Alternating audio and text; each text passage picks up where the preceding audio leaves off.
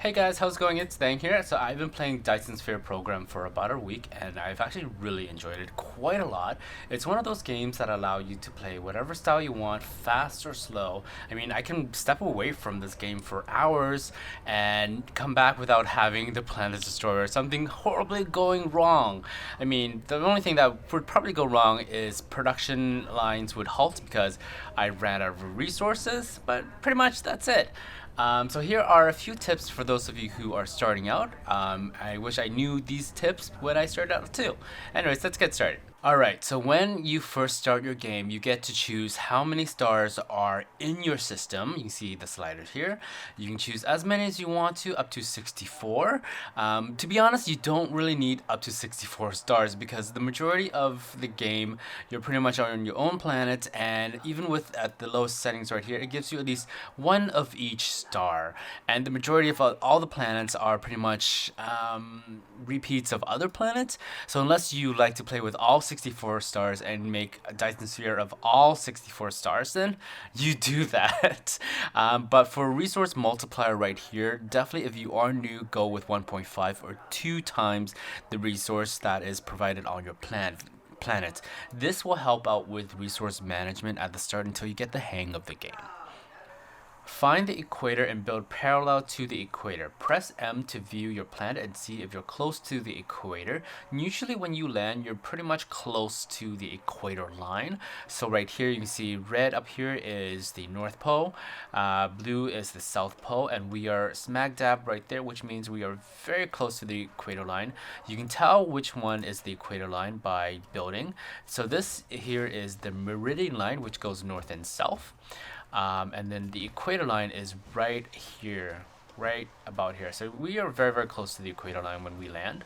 The equator line is usually all the sections are very equal when you are moving east or west, versus the meridian line, which goes north and south, actually curves or tapers when you are moving up north. You can see right here. Give me one moment.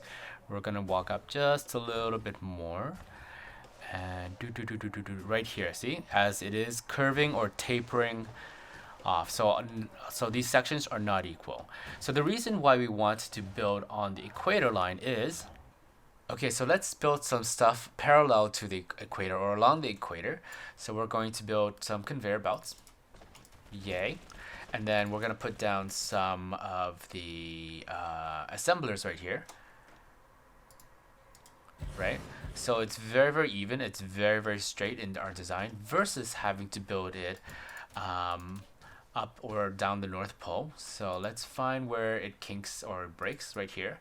You can tell how the conveyor actually has to shuffle to the right a little bit to align itself to the line right here. And then we're going to put down some assemblers right along here. And as you can tell, when we reach this part, it can't place there because there is a conveyor, because it breaks our design. So that means that we have to readjust it just a little bit, right? And that breaks our design. You see how that doesn't look good. Not only that, but sometimes when that happens, our inserter will not be able to be placed right here. See, that's not good. It breaks our design. So that's why we always want to build parallel or across with our equator.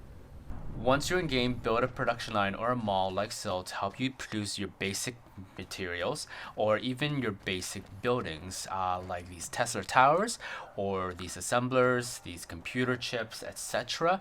This will help you save tremendous time. Whenever you need something, you can just go and grab, versus having to create it on the spot. I remember when I first started out, I've created everything on the spot, and that wasted a lot of time. A lot of time where I can just be designing, or deconstructing or stuff like that. Build a production line for your research cube separately from your main production line. Your research cube production line may give you extra resources after it's no longer researching, but in the end game, the extra resources that it produces, like these quantum chips right here, are used universally by other buildings and materials. Unfortunately, you won't be able to make them fast enough, and you'll end up with low supplies, which kind of sucks. Speaking of research, use a calculator like this by Doug Broad to calculate exactly how many buildings you need to create to research your cubes. Like so, there are 12 green matrix cubes being produced right now, and it requires this many buildings to upkeep 12 of these. So you can do that. You can find the link to the calculator down below. Have a centralized production line of your basic materials either on your main planet as seen here or off-world. Have all your ores shipped into your production line. As you can see right here, this is a huge gigantic production line of all the basic materials. All the ores are being shipped in from off-world and produce them and then ship them out using the logistics system. So you can see here, this is supplying the whole entire planet, and it's also remotely demanding. This will actually help you save time with your new ore vein. I used to set up a production line like this, and it took some time. So now I just throw down miners and then a logistics system and ship them out. So these are the old stuff. So this is how it looks like now. I just ship them to my main centralized production line, and it just gets used there instead of having to go, how many do I need, how many There's no blueprints in the game at the moment, but even then, I think it's easier to ship them to a centralized production line versus having to create new production line every single time you need a basic material. Iron is the most universally used in all your production line, even at endgame. As you can see here, it is constantly being produced. I actually have a mod right now that changes my Mark 1 into Mark 3, so it's actually producing much faster. But Mark 1 produces slowly, and you see this lines up, there's about 30 here. When it is fully in use production, all these are being used. So if you do have a production mall of iron ingots, make sure you have at least 1, 2, or 3, because this whole entire strip was not producing enough iron for my entire production line. So iron is actually the most universally used item or material in the game. Even though hydrogen might look like it is, but it is actually not at all. You see right here, ascending and descending. There you go. So right now graphene is, but once everything is being produced, iron is actually the highest. And hydrogen, even though people worry about hydrogen, once you get a gas orbital collector, you're actually collecting your hydrogen in your gas giant right here, so you'll have an abundance of hydrogen that you don't even know what to use. So definitely have a huge production. Utilize the logistics systems to the max. This will help you from a spaghetti world full of conveyor belts. Trust me, this is all of the logistics systems that I have, and I should actually build more. But if you are one of those individuals that like having lots of spaghetti conveyor belts everywhere, then you do you. But it is so much more simpler having a logistics system to supply and demand everything in your system.